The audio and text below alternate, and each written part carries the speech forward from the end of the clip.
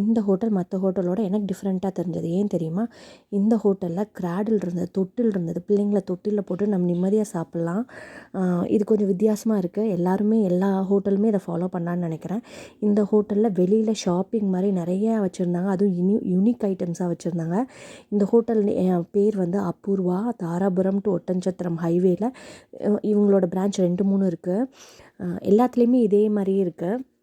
இது வந்து தென்னங்கொட்டை இருக்குல்ல, அதில் வந்து நிறையா யூனிக்கான ஐட்டம் செஞ்சு சேல் பண்ணிகிட்ருக்காங்க. இதில் 3 ஷாப் இருக்குது. ஒன்று வந்து கிட்ஸ்க்குள்ளது, இன்னொன்று வந்து பேக்ஸ் வச்சுருக்காங்க, இன்னொன்று வந்து இந்த மாதிரி யூனிக்கான ஐட்டம்ஸ், கிச்சன் யூட்டென்சில்ஸ் நிறையா வச்சுருக்காங்க. டெக்கரேட்டிவ் ஐட்டம் பீசஸும் நிறையா இருந்தது. இதெல்லாம் வந்து ஷெல்லில் செஞ்சதான். அப்புறம் வந்து நிறையா வுட் ஐட்டம்ஸ் இருந்தது. நான் பார்த்த வரைக்கும் அந்த கோகோனட் ஷெல்லில் பண்ண ஐட்டம்ஸே ரொம்ப டிஃப்ரெண்ட்டாக இருந்தது. இது வந்து பேம்பூ கப், ட்ராவலுக்கு எடுத்துகிட்டு போகிற மாதிரி பேம்பூ ஸ்ட்ரா வச்சுருந்தாங்க. அதோட ரேட்டும் நீங்கள் அதுலேயே இருக்குது, பார்த்துக்கோங்க. அதில் வந்து 6 நம்பர் ஸ்ட்ரா இருக்குது. அதோட அதை வந்து வாஷ் பண்ணுற ப்ரெஷ்ஷும் இருந்தது. இதெல்லாமே யூனிக் பீஸாக இருந்தது.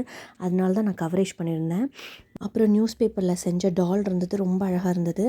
இது எல்லாமே எனக்கு பிடிச்சிருந்தது, ரொம்ப யூனிக்காக இருந்தது. அதனால் நான் ஷேர் பண்ணேன். பார்த்ததில் பிடித்தது, அவ்வளோதாங்க.